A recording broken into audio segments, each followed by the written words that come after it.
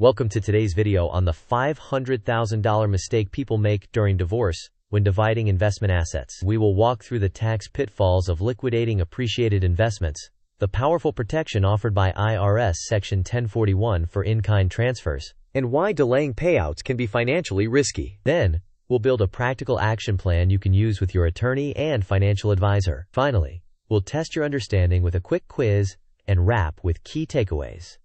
Let's begin. Here is our roadmap. First, we will highlight the liquidation trap and why it is so costly. Next, we will explain how in-kind transfers under Section 1041 work. Then, we will examine the risks of multi-year payment plans.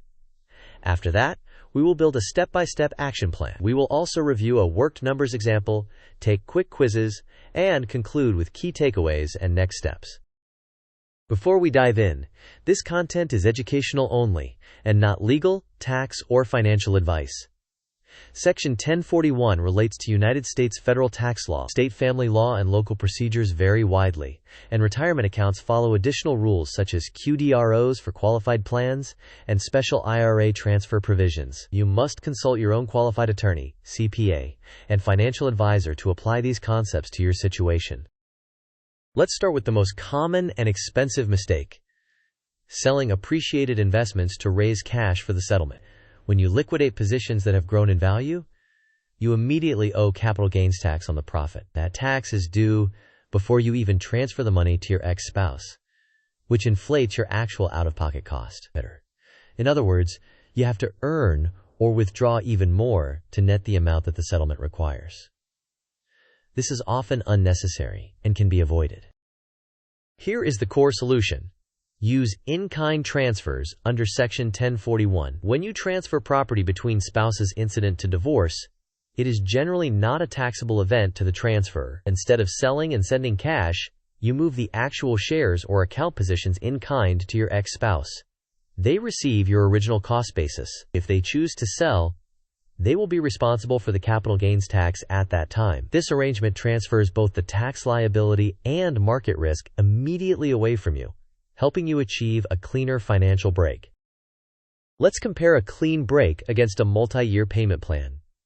With a clean break, you transfer assets in kind immediately. This shifts market risk and future tax liability away from you, simplifies accounting, and reduces ongoing contact and stress. In contrast, a multi-year payment plan keeps you financially tied together, often includes interest or opportunity costs, and exposes you to the risk that markets could decline while your payment obligation remains fixed. It also complicates record keeping and can lead to disputes. Consider a simplified example. You need to deliver $500,000 from an account with $300,000 of embedded gains.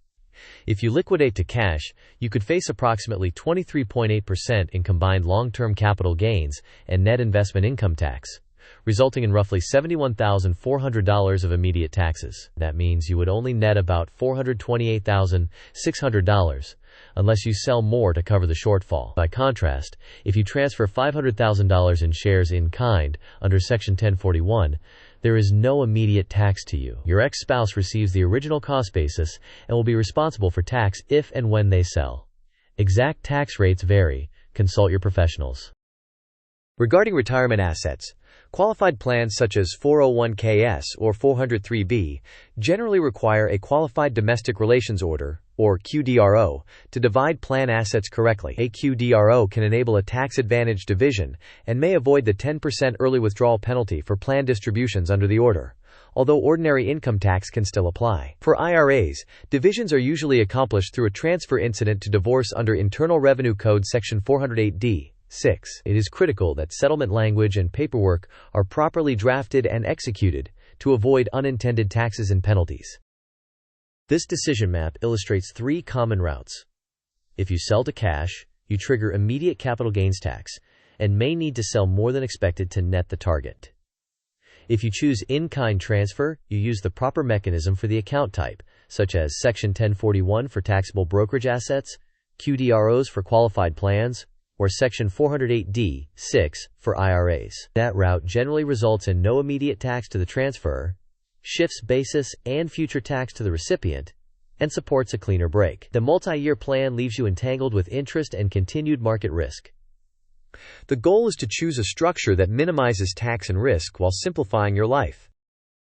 Here is a practical step-by-step plan. First, gather your investment statements, cost basis information, and unrealized gains reports. Second, inventory assets by account type, including taxable brokerage accounts, qualified retirement plans, IRAs, and real estate. Third, match each asset to the correct division method. Section 1041 in-kind transfer for taxable accounts, QDRO for qualified plans, and Section 408D. 6. Transfer incident to divorce for IRAs. Fourth, ensure the settlement agreement includes precise language referencing in-kind transfers, basis carryover, effective dates, and each party's responsibilities. Fifth, coordinate with custodians to obtain transfer forms, set up receiving accounts, and confirm timelines. Sixth, avoid selling positions to raise cash unless your CPA has modeled the tax impact and confirms it is optimal. Seventh, stress test your plan against scenarios like a 20% market decline or tax rate changes. Finally, execute promptly to achieve a clean break and keep thorough documentation. This timeline illustrates a practical sequence for executing a clean break. In week 0, both parties confirm the asset list and agree on the division methods. By week 1, attorneys finalize settlement language that explicitly references the proper mechanisms, such as Section 1041 for taxable accounts, QDROs for qualified plans, and Section 408D. 6 for IRAs. In week 2, you open any necessary receiving accounts and prepare all transfer forms. During week 3, you submit the in-kind transfers and file the QDRO where applicable. Weeks 4 through 6 cover custodian processing, during which you should monitor status and obtain confirmations. After week 6, conduct a post-transfer audit, verify cost basis carryover and account titles, and archive all documentation. Quiz time. Under IRS Section 1041, what is the typical tax treatment when transferring appreciated shares in kind to a spouse or ex-spouse incident to divorce? Option A, immediate capital gains tax to the transferor. Option B, no immediate tax to the transferor. The recipient takes the carryover basis. Option C, tax-free forever for both parties. Option D, ordinary income tax to the transferor. You may pause the video now to think about the answer. We will discuss the answer in the next section of the video. The correct answer is B. Under Section 1041, transfers incident to divorce are generally non-taxable to the transferor, and the recipient takes the transferor's basis. If the recipient later sells, the applicable gains tax is due at that time. Second quiz. Why is a multi-year cash payment plan often risky when settling divorce obligations funded by investments? Option A, it always reduces taxes. Option B, it eliminates market risk for the payer. Option C, it creates ongoing entanglement, potential interest costs, and leaves market risk on the payer while the obligation remains fixed. Option D, it guarantees better investment returns. You may pause the video now to consider the answer. We will discuss the answer in the next section. The correct answer is C. Multi-year cash payment plans maintain financial entanglement, may involve interest or opportunity costs, and keep market risk on the payer even though the payment obligation remains fixed. This combination can increase both financial and emotional stress. Here are the key takeaways. First, avoid liquidating investments solely to raise cash without a thorough tax model. Second, prefer in-kind transfers under Section 1041 for taxable brokerage assets. Third, utilize QDROs for qualified retirement plans and Section 408D. 6 for IRAs. Fourth, aim for a clean break to shift market risk and reduce ongoing stress. Fifth, ensure your settlement language is precise and that you coordinate closely with custodians to execute transfers correctly.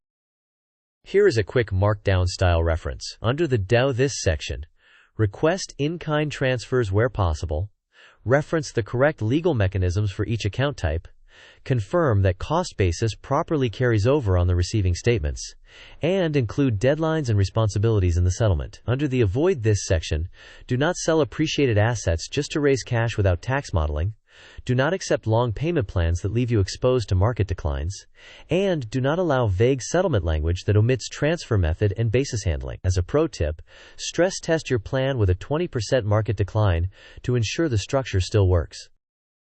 In summary, selling appreciated assets to raise settlement cash often triggers immediate capital gains tax and increases your true cost. In-kind transfers under Section 1041 allow you to shift both tax and market risk away from you and support a cleaner break. Multi-year cash payment plans can keep you entangled and exposed to market volatility. Use QDROs for qualified plans and Section 408(d)(6) for IRAs, and work closely with your legal, tax, and financial professionals to implement a clean break plan. Thank you for watching. If this video helped you avoid a costly mistake, please like, share, and subscribe for more content on tax-smart personal finance and divorce planning. Share your questions or experiences in the comments. Your insights help others make better decisions. See you in the next video.